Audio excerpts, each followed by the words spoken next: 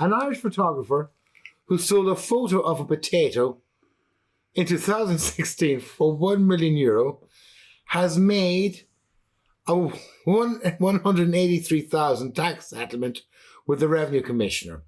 Kevin Abosch, whatever his name is, now with an address in New York, made the settlement on foot of an audit case for the undeclaration of income tax. Picture was sold to a European businessman.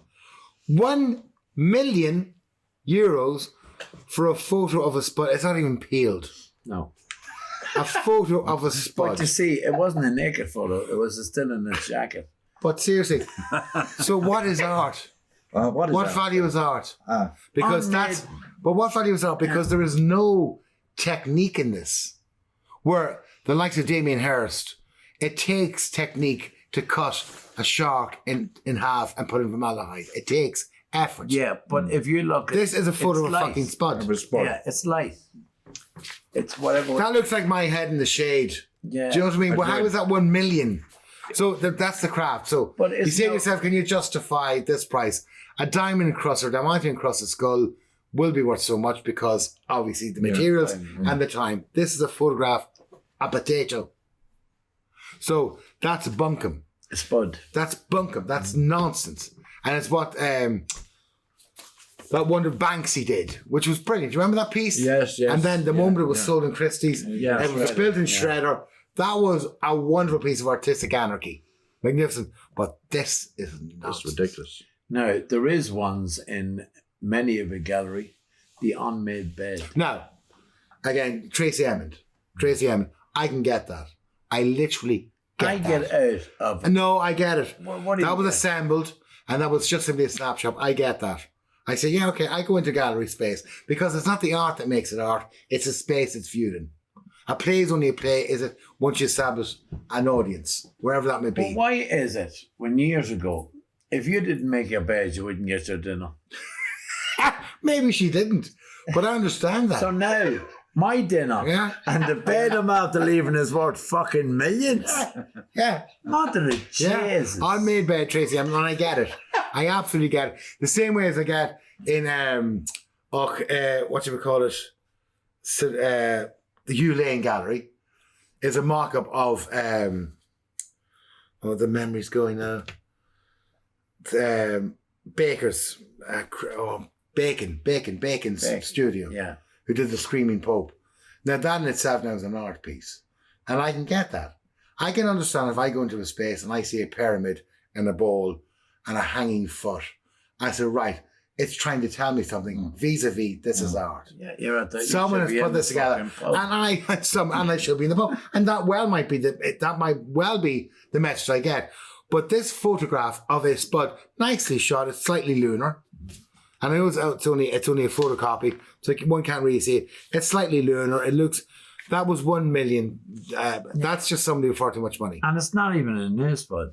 Would it be a Cares Bank? That looks like a King Edward. A Risto. Maybe that was it. One Risto, yeah. So, yes, what is art? Yeah, the eye of the beholder. Yeah, now you have it. Eye of the beholder is right. But art only exists when it's presented. When it's presented.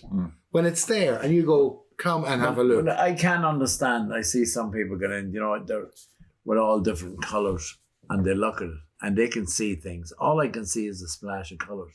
So then I haven't got an But who's the artist? Who was the artist? Can't think of the name. It was black. It was the black plane. Simply black. It wasn't a particular paint. It wasn't a deep black. It wasn't an extraordinary black. It was a clear, an edge-to-edge black canvas stretch. Yeah. Not particularly large. A lot of money was paid for that. Was the artist well known? Maybe. I presume he was. So then there's cachet there. I have one of his pieces. It wasn't signed, so you're going in Providence. How do you prove that? But ultimately, I could do that. You could do that. You could do that. A chimpanzee could do that. An elephant with a brush could do that. Where's the craft?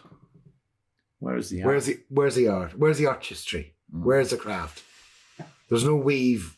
There's no craft. Study. Now you might not understand or appreciate that wallpaper, but an effort went into design that, to manufacture its flock, there's metal through it. A process went into that to create that and say, look, isn't that lovely? I don't know. But I know, but with wallpaper you can cover the whole wall. With a black square that costs probably $1 million. Yeah, it's a nonsense. It really offends me when I see Christie's or other houses, auction houses, selling these pieces of art. Some of them are magnificent. I mean, Caravaggio, whatever, for unbelievable amounts of money, and children dying on the side of the road. Yeah. In Britain at the moment, and in Ireland, we're fairly okay compared to a lot of countries. I have to say, yeah, we have massive problems with housing and homelessness. But there's a child in England that died of an infection from a mold. Mold, yeah. Right. Now, this is Dickensian. This is stuff Victoriana. This is the premise of Little Dorrit. I mean, this is unbelievable in the 21st century. And that is getting larger and larger and larger and larger. The gap. And the people falling into it. That's right. Is incredible. And it's frightening. It's frightening. And when you think of it, there's a guy sitting somewhere with a picture on the wall, worth millions of a spud. Listen, absolutely. And if he can afford it, he can afford it. And if that gets him off, Would it be boredom that people buy that? With they've too much money. Narcissism, and if it was bought, a lot of art is bought anonymously, and it is because people just simply want to acquire a status, or maybe to say to somebody, "I paid $1 million for that photograph of a spud." Anyway, who painted it? Was it Murphy? Jeremy, it's a photograph of a spud.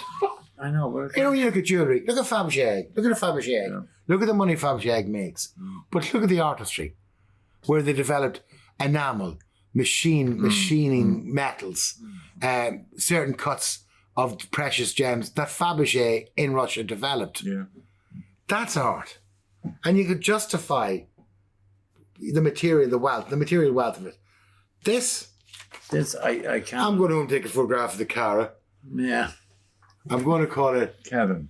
I'm going to, that's a Cara Nevermaldi. Is it Kevin the Cara? I miss a lot of this stuff. I'll call it a study. A study of my my Did vegetable. you know? My vegetable. Will I tell you now? Did you know that originally carrots were purple? Purple. No. And did you know the reason why they are orange? Shall I tell you? You should tell me, please.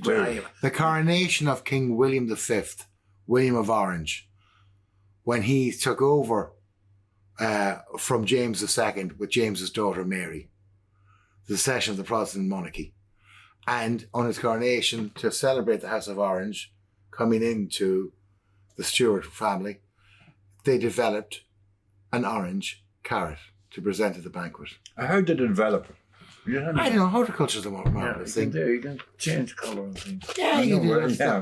Would you mind changing that there? You're wearing You leave him alone, that beautiful that That's is. lovely. I'm getting ready for Christmas.